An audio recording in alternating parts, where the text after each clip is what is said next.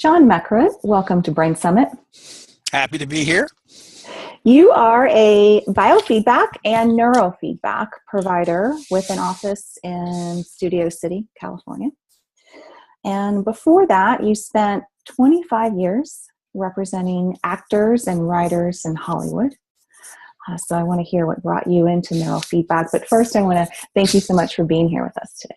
It is my pleasure. I'm delighted to be here and add to the conversation. Yeah, so let's dig right into how do you make that change? What brings you into the world of neurofeedback? Well, after 25 years actually of dealing with probably the most dysregulated brains on the planet, people in show business, I think they would probably agree with that sentence. Serendipitously, I ran into neurofeedback through an experience I had with my own daughter. My daughter has autism, and a very lovely person who's unfortunately missed it in my memory as to exactly who it was, suggested that I look at neurofeedback as a possible intervention for her. We'd been doing the traditional allopathic medications, psychopharmacology, behavioral interventions, et cetera, and this person suggested to me that neurofeedback might be a way to get at some of the basic fundamental issues that my daughter was having in controlling her own interfacing with the world. And so, I'd never heard of it, frankly, so I went and did some internet research and et cetera, and talked to a couple of other people and said, yeah, this sounds like it's worth a try, at least. And we were so stunned by the impact that it had on her. Down to really, I think of them as kind of esoteric, but they're not. They're useful. Her handwriting improved. It was things like that. Certainly her behavioral changes were profound. Her ability to regulate her emotions. This was a child who was on any number of antipsychotics and anti-seizure medications and all sorts of a cocktail of stuff with all the horrible side effects, literally to get her to be able to control herself in the moment. And there was a seminal moment for us where we were at a holiday party and we saw the sort of slack-jawed, vacant-eyed expression on her face and said there has to be something better to do. So through neurofeedback training, she gained a real grasp of how she could conduct herself and regulate her own emotions and regulate her cognitive process. And so her academics improved, her ability to pay attention in school and do what was asked of her, her behavioral issues at home improved. It was really an across-the-board global improvement in her function. And I was sold at that moment. I said, this is something I really need to know a lot more about. And I recognized rather quickly that as a parent of a spectrum child, it was going to be a number of sessions. It was going to take a really long time. And I said, why don't I go get the training myself and I'll get involved in this and I'll be able to do it with her at home. It'll be great. And one thing led to another, and I started doing it with my family and my friends, and all of a sudden, you know what? I can leave show business behind now. I've really found something that I think is so transformational for humans that I have to get involved with this industry. And I went to the trainings with the Othmers at EEG Info, which I still do to this day, and slowly but surely got enough confidence for me to open up my own clinic. And I haven't looked back. It's just an amazing and rewarding career. Anybody out there who's interested in helping people, this is a really good one to get involved with. And it's a beautiful story, and definitely a reason to get involved with the work that you're doing. She's doing great. Yeah. Yep. I have seen her on Periscope. Exactly. Yeah, she is doing great. You kind of moved, there are some providers, just like you're a provider, where people can go into their local city, local area to get neurofeedback. A lot of them deal with they specialize in different conditions or whatnot. Neurofeedback helps with a lot of things. But you more are interested in peak states, spirituality, consciousness.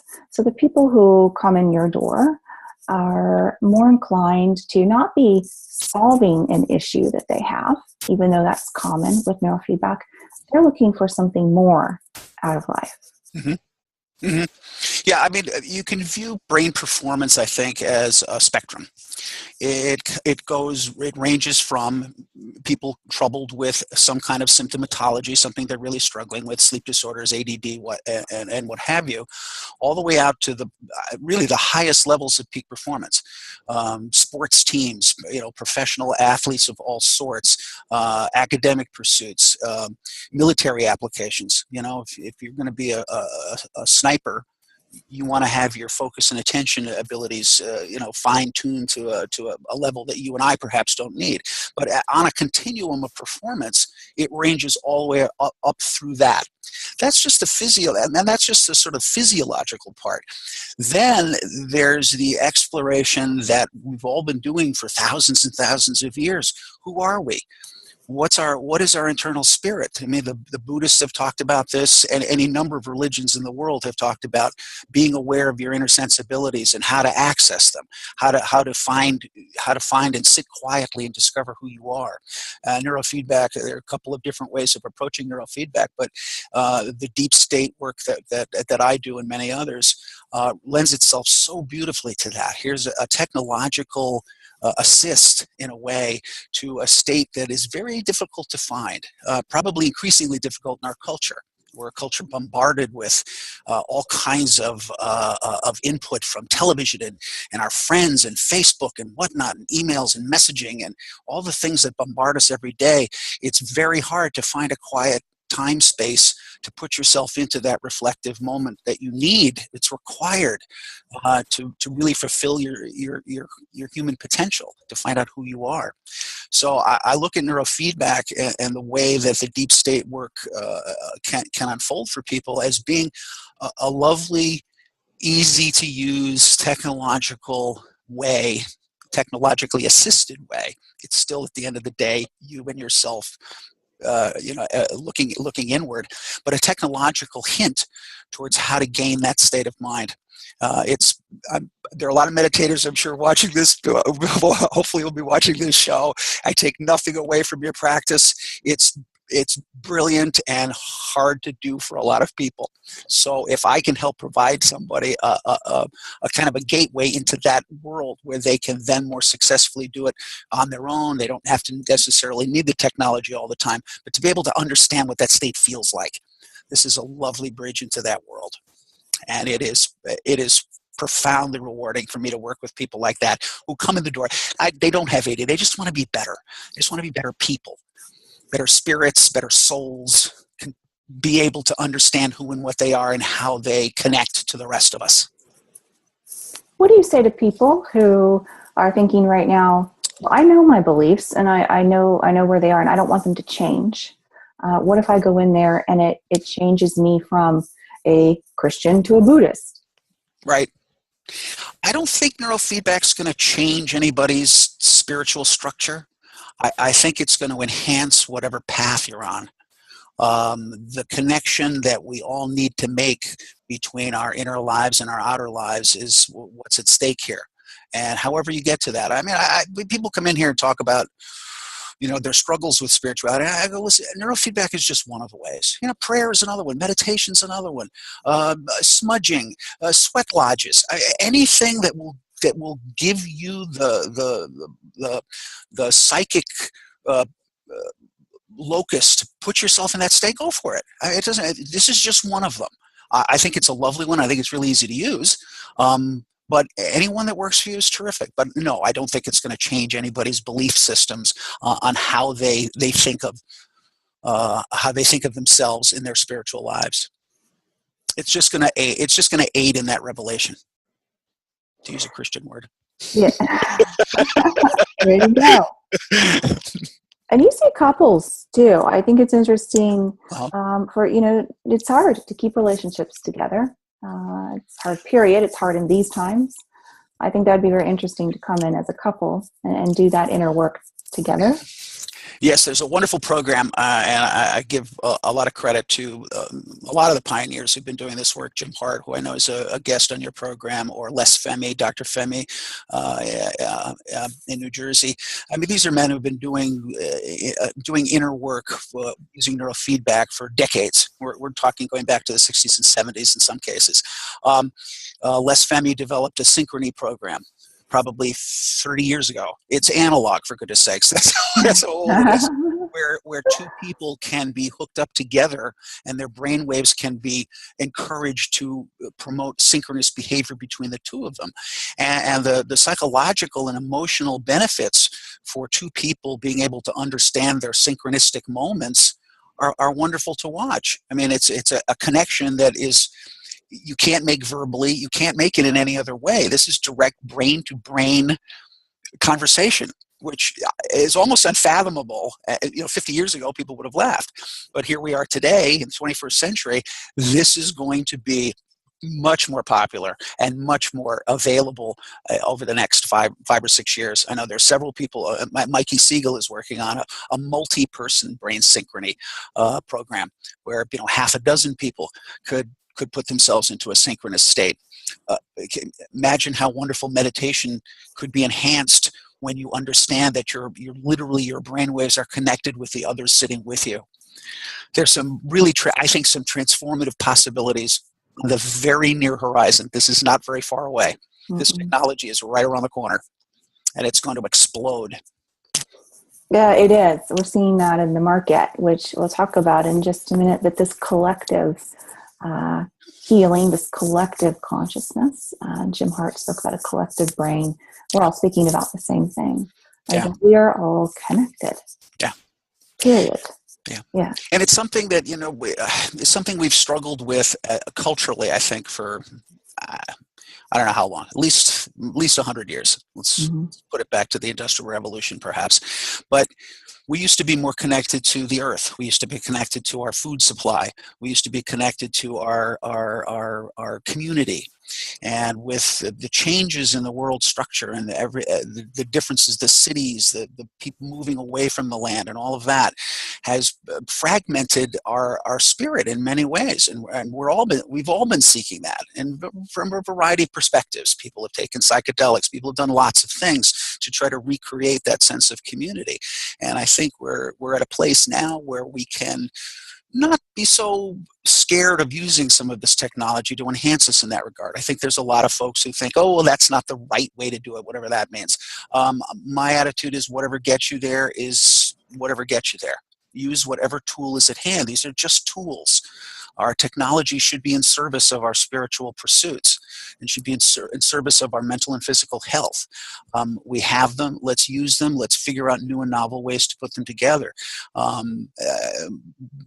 know we've talked before about the connections of technology could be, it's hard to imagine.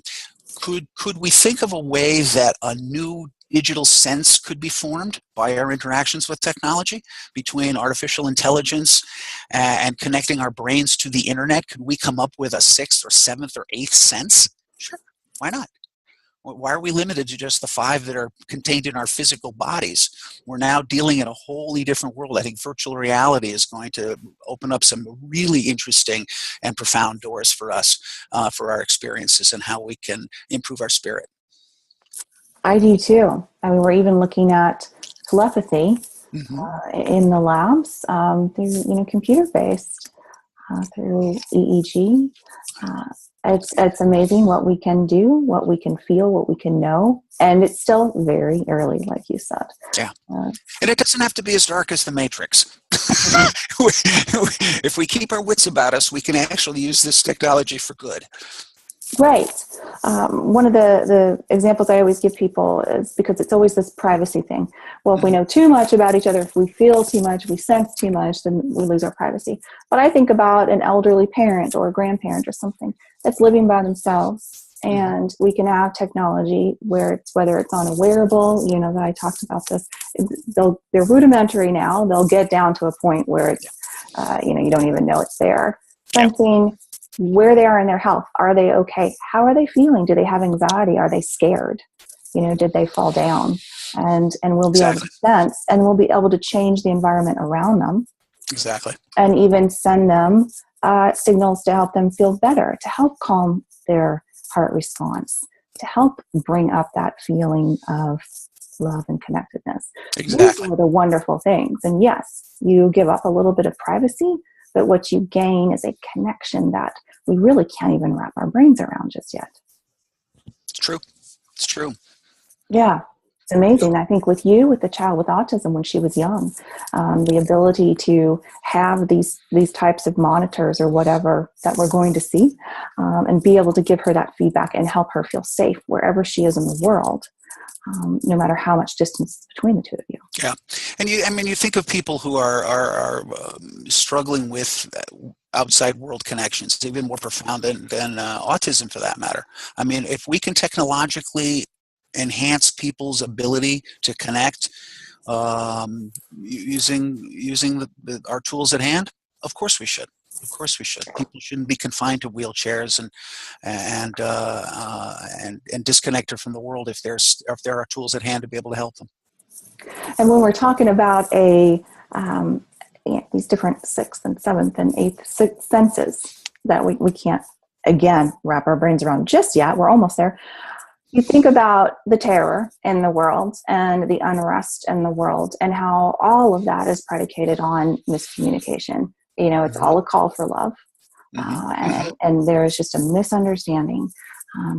And the fact that we could create technology that helps us communicate between cultures, between countries, between religions, between races, in a way that there aren't any mistakes. And I didn't realize what you were saying, or I thought you meant this. On a grander scale, when we come to terrorism, we're going to see a calming of that. We're going to see a great reduction in that.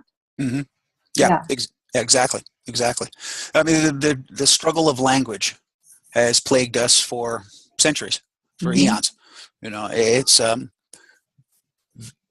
what I mean by blue is not necessarily what you mean by blue.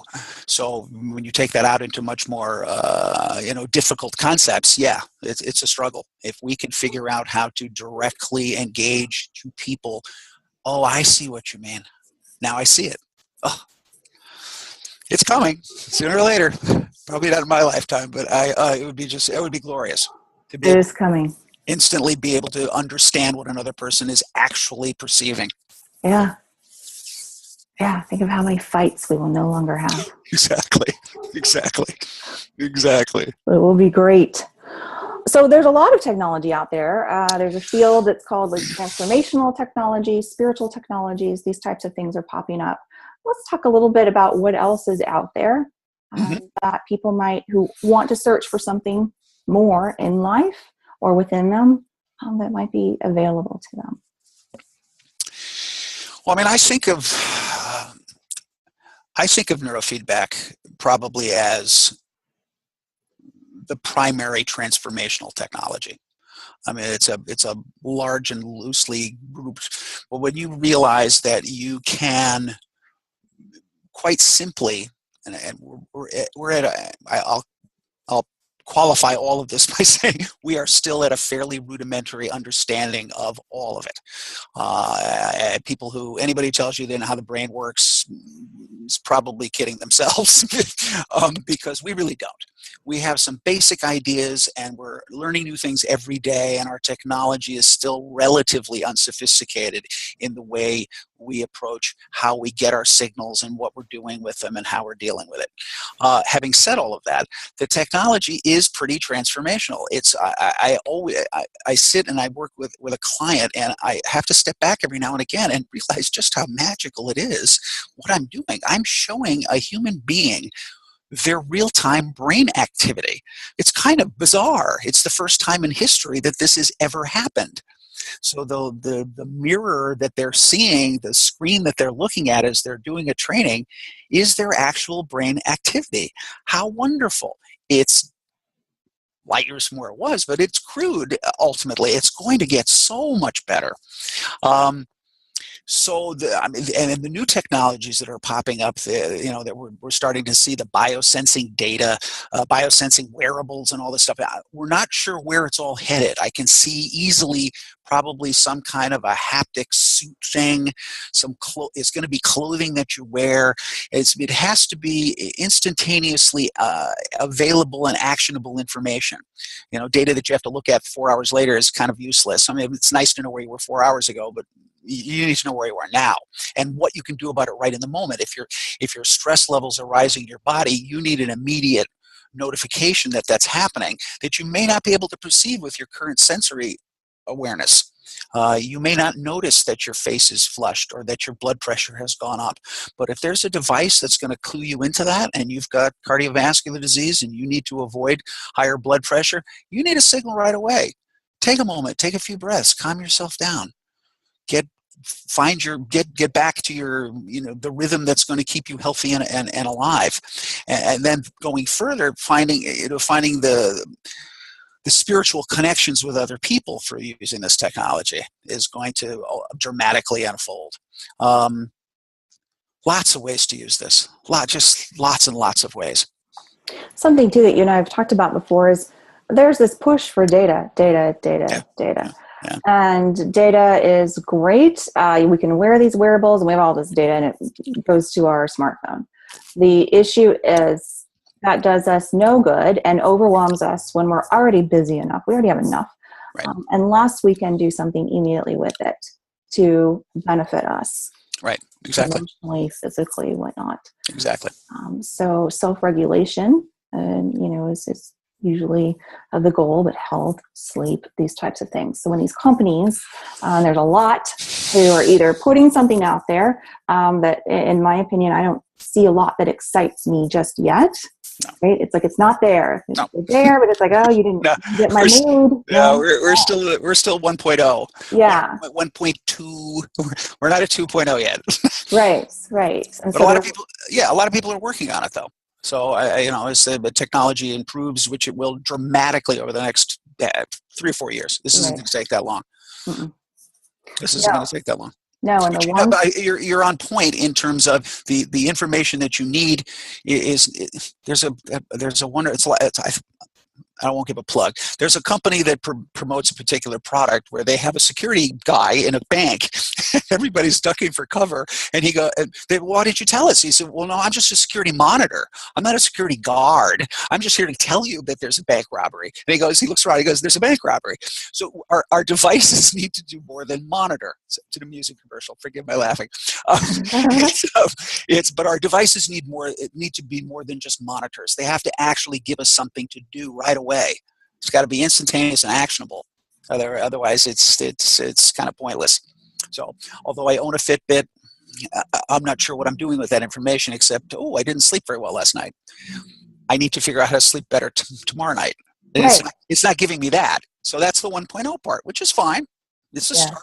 It's an entry point for people who are not used to understanding how it is they slept. They have no idea how they slept. They woke up 8 hours, 7 hours, 6 hours later, and they have no idea what their sleep stages were. At least you're getting some, oh, boy, that was bad, as they look at the little graph. Now what is it you're going to do about it?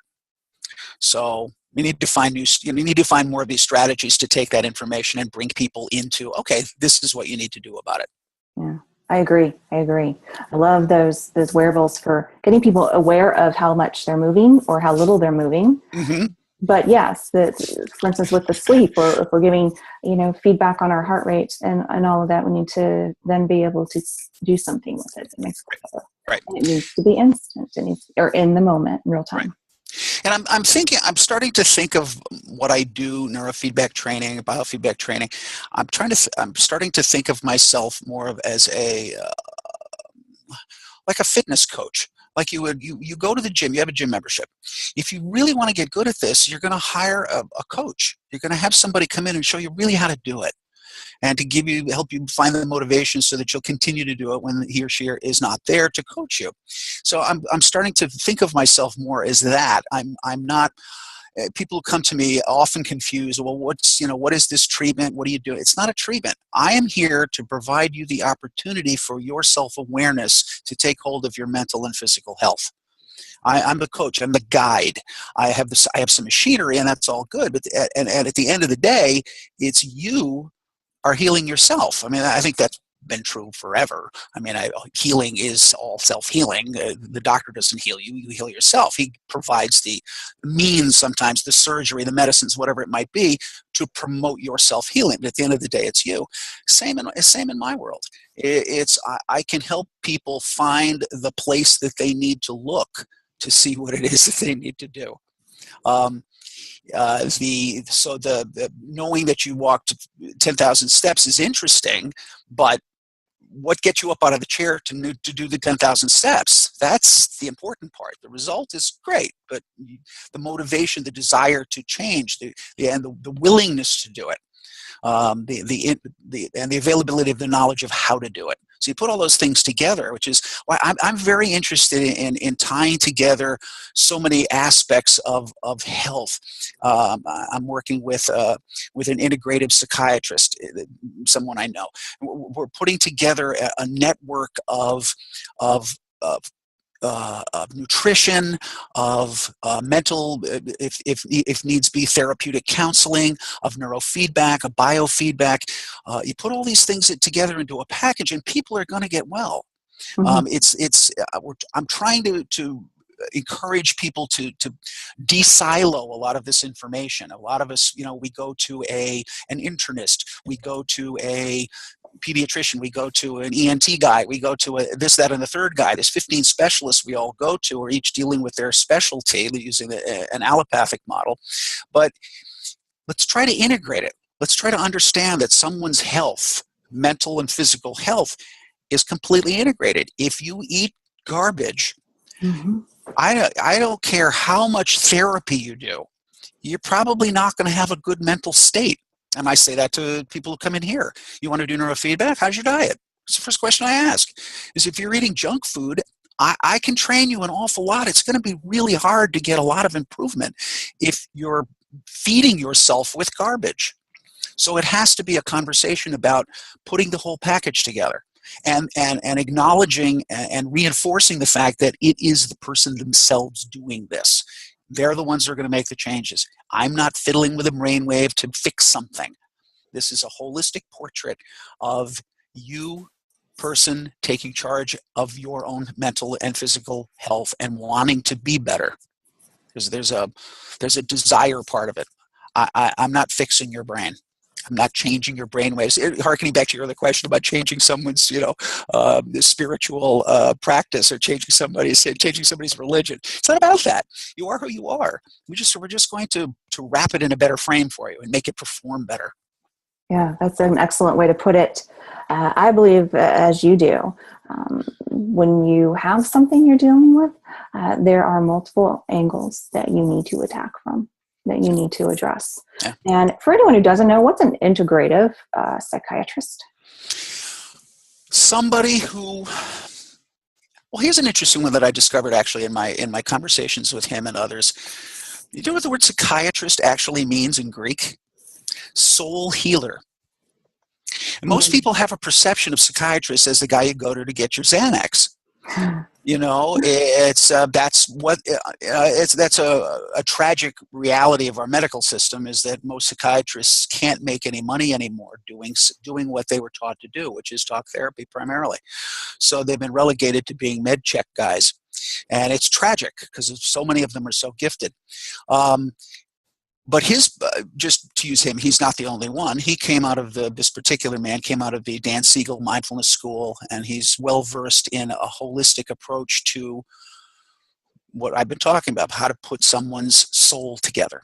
And soul healing is not just necessarily sitting and talking about your tragic childhood or your current state of your work and your marriage. It's not just that. It's nutrition. It's your spiritual life. It's what do you do in the community? How are you involved? How are you connected to others? What's your social life like? I mean, these are all of which have impacts on your physical and mental health. If you are eating terrible food and living alone, out of contact with people, and don't have any particular spiritual awareness in yourself, you're probably not going to be very healthy, mentally or physically. It's not going to go well. So again, circling back to the early conversation about what's happened here over the last 100 years or so, we have to reconnect. We have to get new community. Maybe the digital one is the answer. A lot of people my age and older poo-poo it. It's just Facebook or whatever. Maybe there's something more real here than people are acknowledging. Maybe this is the new community, and maybe that's okay. Maybe it is okay that it's different. I'm on the internet. who do. And I have friends all over the world now. Friends in Australia and Norway and Sweden and Russia. I mean, I never would have thought that would have been possible 20 or 30 years ago. And I can get on Skype with them and have a face-to-face conversation. That's really interesting. It's not pressing the flesh. It's not as good, but it's not bad. It's not bad. And again, like you were saying, it reinforces our interconnectedness. We're all on the same planet. Nobody's getting out. We're all here for the foreseeable future. We got to make this work. Yeah, we do. We got to start polluting it, and we got to start fighting with each other, as this is the only ship we've got. Right. Absolutely. I didn't actually answer your question about integrative psychiatry, though. Integrative psychiatry only means, I think, that he brings together all of those different aspects. In his office, he has an Ayurvedic doctor. He has a naturopath. He has a trauma specialist. He has a lot of different people that he works with to elicit some of that valuable information for the patients who walk into his practice. I think that's great.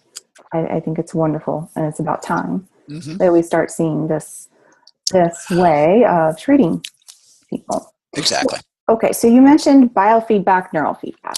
Right. Let's talk about the difference. Biofeedback is the overall frame. Neurofeedback can also be called EEG biofeedback. It is biofeedback using EEG brainwaves. There really is no difference. It's perfectly acceptable to call neurofeedback biofeedback. It is biofeedback. It's just how you derive the signal. You can use heart rate variability, you can use skin conductivity, you can use lots of metrics, blood pressure, all sorts of things, or EEG brainwaves.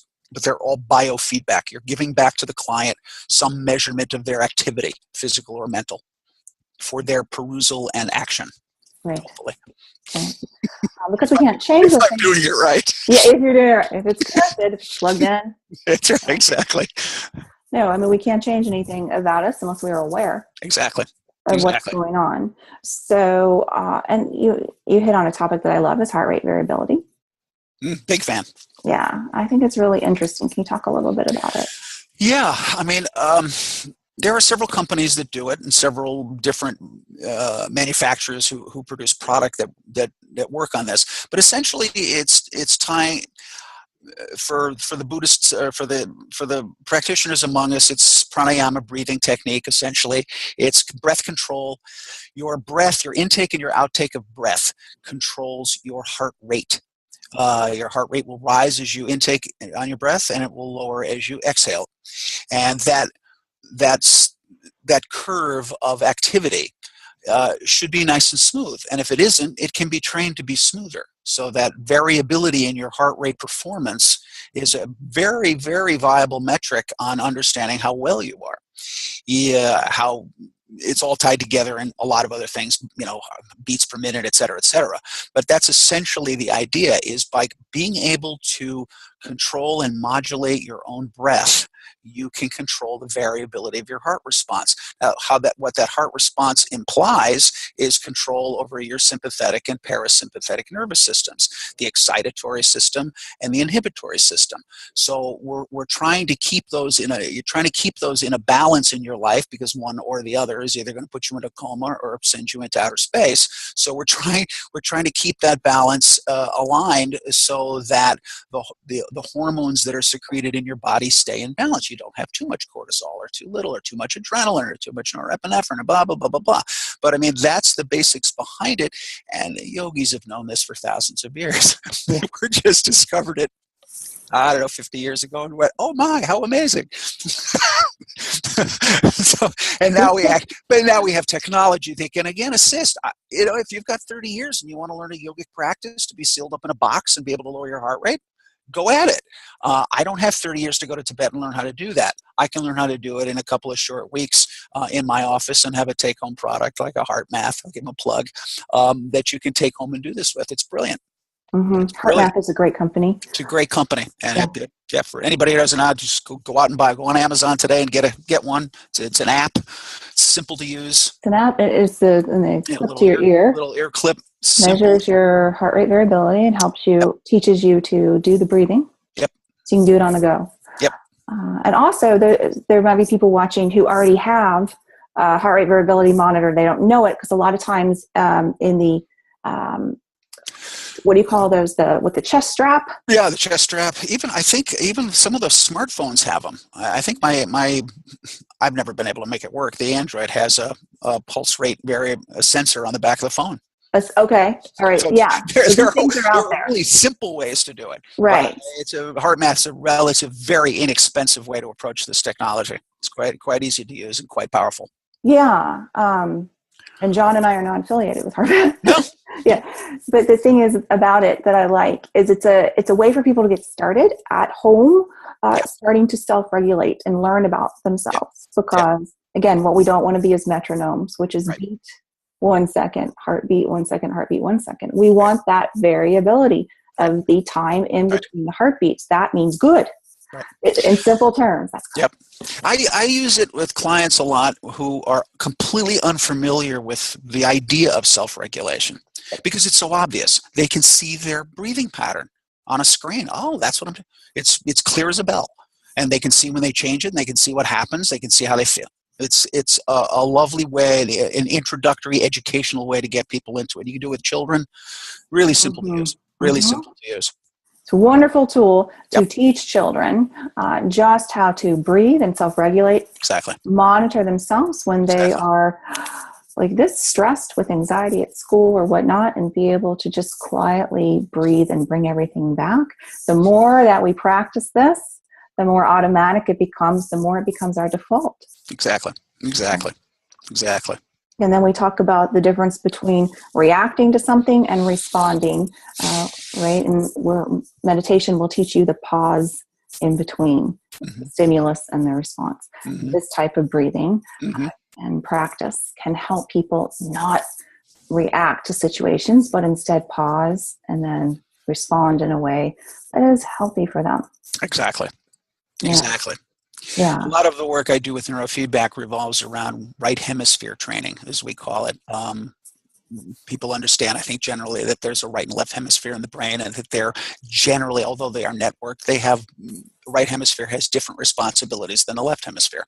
And the right hemisphere in our culture seems to be completely overwhelmed most of the time.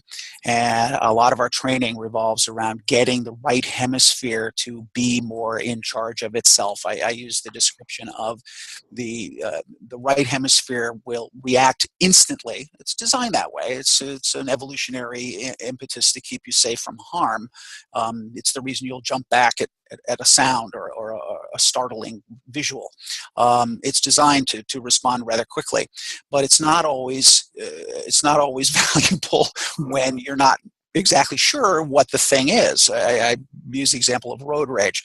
Your right prefrontal cortex will want you to get out of the car or run the guy off the road, before your left prefrontal cortex has a moment to say, maybe he's just a lost German tourist. Maybe he isn't deliberately trying to ruin my day by cutting me off. So it's that balance between those two possibilities. But our right brain is so overloaded at this point, it seems, with an overwhelming amount of sensory data that has to be processed, that I think it's largely overwhelmed. And that's really the focus, I think, of most of our neurofeedback training, is to try to get the right hemisphere to be more in control of itself and less volatile, to give the left hemisphere of the brain a little more opportunity to make a better rational decision about what it actually should do. I don't have to kill the guy. Right. He is just a lost German tourist. Or maybe he's just an idiot. And I can let that go. Well, that's his karma. Those are the things that make our life so much easier when we can process infuriating things like that are just kind of annoying, and there's nothing you can do, and they're going to continue. There's always going to be some guy or gal cutting us off, taking our parking spot. Cutting in line. And it's how we react to them. So when people come into the office looking for maybe a deeper understanding of their spirituality or more fulfillment, maybe they've reached a point in their life where, like, okay, I got the job, I have the house, I have the wife or the husband, the kids, whatever it is that they needed. And they say, is this it? Is this all there is? And they come in and they use neurofeedback. What would you say, what do they feel after one session? How many sessions does it take I know everyone's different, but on average, You've heard me say that too many yeah, times. yeah, I know you guys. For someone to say, wow, okay, I'm starting to see more of what's coming out of me, what's coming through me, and maybe where I'm going. Well, I'm talking about the deep state training that we do, synchrony training, and alpha theta state training, another synchronous brain performance tool. As Les Femi describes it, and he's far smarter than I am, but he describes asynchronous brain behavior is the construction of self. It's the brain wave patterns that allow you to identify who you are as opposed to everyone else. Synchronous brain behavior is, as he describes it, a dissolution of self. So it's much more, I think, in the spirit of some of the Eastern philosophical approaches towards the universe, say it that way. By using deep state, by using synchronous brainwave training, people can lose themselves. They can lose in a good way. I mean, it's that the defense mechanisms that we've all constructed around ourselves to be whatever we think we're supposed to be on the planet.